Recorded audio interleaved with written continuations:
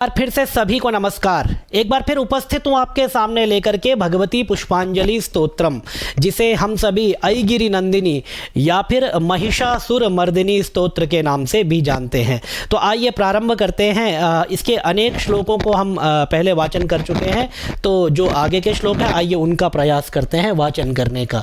तो अविरल गंड गलन मद में दुर मत मतंग गजराजपते त्रिभुवन भूषण भूत कलानिधि रूप पयो निधि राज सुते ऐ सुदति जन लालस मानस मोहन मन्मथ राज सुते जय जय हे महिषासुर मर्दिनी रम्य कपर्दिनी शैल सुते।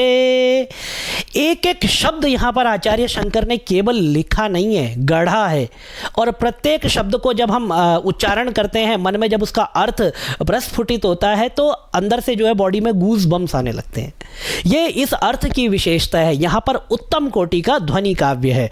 तो आचार्य शंकर ने प्रत्येक शब्द को शब्द की सार्थकता बनाते हुए यहाँ पर प्रत्येक शब्द का प्रयोग किया है। आइए अब इसके एक बार इसका फिर से वाचन करते हैं, फिर इसके सामान्य अर्थ को देखते हैं। अविरल गंड गलन मद में दुर मत मतंग गजराजपते त्रिभुवन भूषण भूत कलानिधि रूप पयो निधि राज सुते ऐ सुदति जन लालस मानस मोहन मन्मथ राज सुते जय जय हे महिषासुर मर्दिनी रम्य कपर्दिनी शैल सुते अविरल गंड गलन मद में दुर। हाथी की विशेषता बताते हैं, कैसे गज के समान भगवती है। एक उत्तेजित, जिसे गजेश्वरी कहा गया भगवती को, हाथियों की स्वामिनी कहा गया गजेश्वरी के रूप में। और कैसा गज, हाथी जो होते हैं, जिन हाथियों के मद बहता है मस्तक से, कपोल से, गंडस्थल से जो मद बहता है वह श्रेष्ठ गज कहे जाते हैं। और विंध्याचल की अटवी में ऐसे ही मदमस्त गज घूमते रहते हैं और इन्हीं हाथियों से गज मौक्तिक भी प्राप्त होता है। तो ऐसे गज के समान उत्तेजित हे गजेश्वरी, ऐसा भगवती को कहा गया है। देखिए, अविरल गंड गलन, जिन के कपोलों से, जिनके गंडस्थल से निरंतर मद बहता रहता हो, ऐसी मत मतंग गजराजपते, हे गजेश्वरी, हे गजराजों की अधीश्वरी, हे भगवती, त्रिभुवन भूषण भूत कलानिधि रूप पयो निधि राज सुते। तीनों लोकों के आभूषण, रूप, सौंदर्य, शक्ति और कलाओं से सुशोभित त्रिभुवन भूषण, तीनों लोकों में जो आभूषण है, जो कलाएं हैं, जो रूप है, जो सौंदर्य है, इन समस्त को धारण करने वाली, इन समस्त गुणों को, इन समस्त कलाओं को धारण करने वाली हे भगवती, हे राजपुत्री, राजसुते, हे राजपुत्री, ऐसा भगवती को संबोधित किया गया है। ऐ सुदति जन लालस मानस मोहन मन्मथ राजसुते, हे मनमथ राजसुते, मनमथ कहते हैं कामदेव को, हे कामदेव की पुत्री के समान भगवती।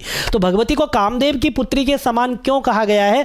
तो यहाँ पर कहते हैं कि ये क्या करती है, सुंदर मुस्कान वाली स्त्रियों को पाने के लिए मन में मोह उत्पन्न करने वाली।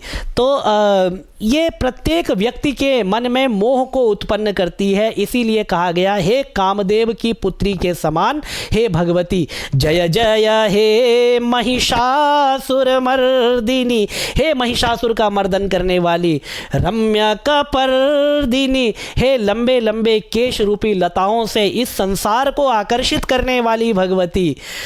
जय जय हे महिषासुरमर्दिनी रम्यकपर्दिनी शैलसुते। हे शैलसुते, हे शैलपुत्री, तुम्हारी जय हो, तुम्हारी जय हो। प्रत्येक शब्द को आचार्य शंकर ने शब्द की सार्थकता, शब्द कब सार्थक होता है? जब शब्द अपने अर्थ को स्वयं पढ़ने के उसके उच्चारण मात्र से प्रकाशित कर दे तो शब्द की सार्थकता है। आचार्य शंकर ने प्रत्येक शब्द को यहाँ पर इसी तरह से गढ़ा है। आइए आगे बढ़ते हैं। देखिए यहाँ पर जो पाठ थोड़ा सा सहित लिखा था तो महित होना चाहिए। आइए वाचन शुरू करते हैं।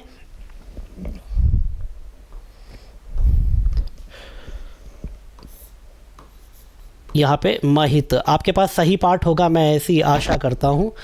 महित महाहव मल्लम तल्लिक मल्लित रल्लक मल्लरते विरचित वल्लिक पल्लिक मल्लिक झिल्लिक भिल्लिक वर्ग भृते शीतकृत फुल्ल समुल्लसिता अरुण तल्लज पल्लव सल्ललिते। जय जय हे महिषासुरमर्दिनी रम्यकपर्दिनी शैलसुते। फिर से एक बार इसका वाचन देखते हैं। अब थोड़ा सा इसको जहाँ पर रुकना होगा, जहाँ पर शब्दों को अलग करना होगा, जहाँ पर पदच्छेद करना होगा, इस तरह से हम इसका वाचन दोबारा प्रस्तुत करते हैं। महित महाहव मल्लम तल्लिक मल्लित रल्लक मल्लरते विरचित वल्लिक पल्लिक मल्लिक झिल्लिक भिल्लिक वर्ग भृते शीतकृत फुल्ल समुल्ल सितारुण तल्लज पल्लव सल्ललिते। जय जय हे महिषासुरमर्दिनी रम्यकपर्दिनी शैलसुते।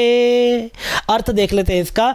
महायोद्धाओं से युद्ध में चमेली के पुष्पों की भांति कोमल स्त्रियों के साथ रहने वाली तथा चमेली की लताओं की भांति कोमल भील स्त्रियों से जो झिंगुरों के झुंड की भांति घिरी हुई है।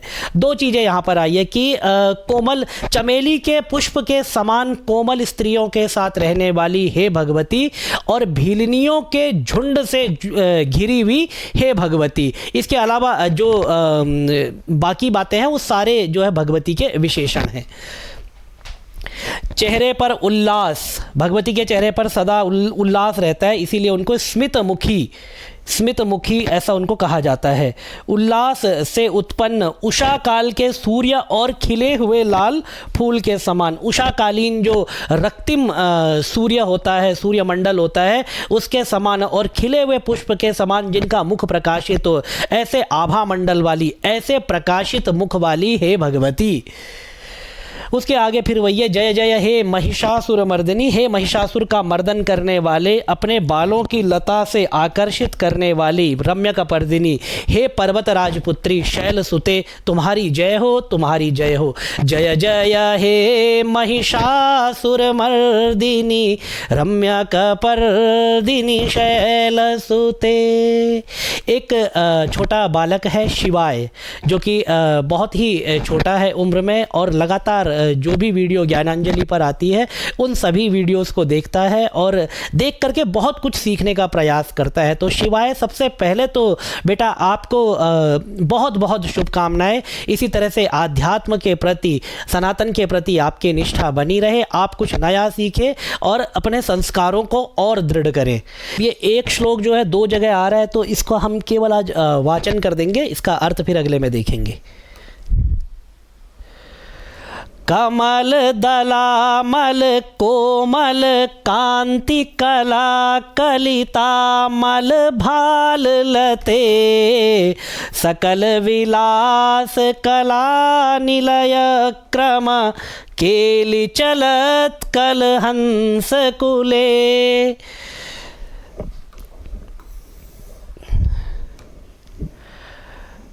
अलिकुल संकुल कुवलय मंडल मौलि मिलद बकुलालिकुले जय जय हे महिषासुरमर्दिनी रम्यकपर्दिनी शैलसुते। आइए एक बार इसको दोबारा इसका वाचन देखते हैं।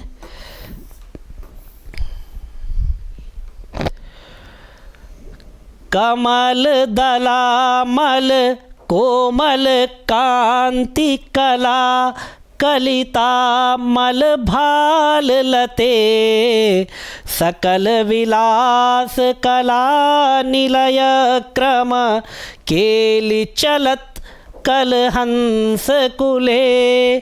कमल दलामल कोमल कांति कला कलितामल भाल लते सकल विलास कला निलय क्रम केलि चलत कल हंस कुले।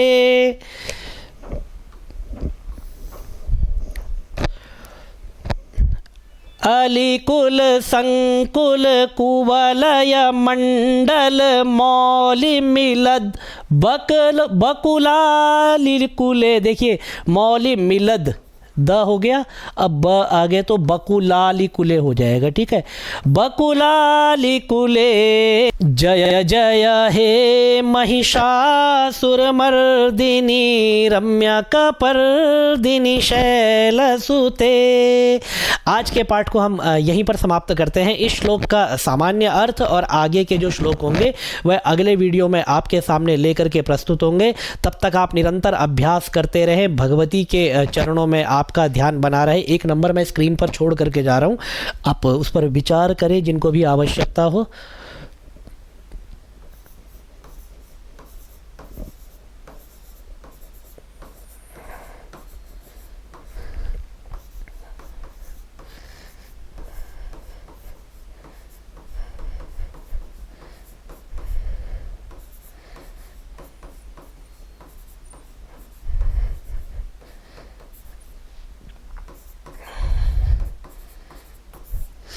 भगवती के चरणों में हम सभी का ध्यान बना रहे। भगवती नित्य हम पर अपनी कृपा प्रसाद बनाए रखे। ओम भगवत्यै जगदम्बिकायै नमः।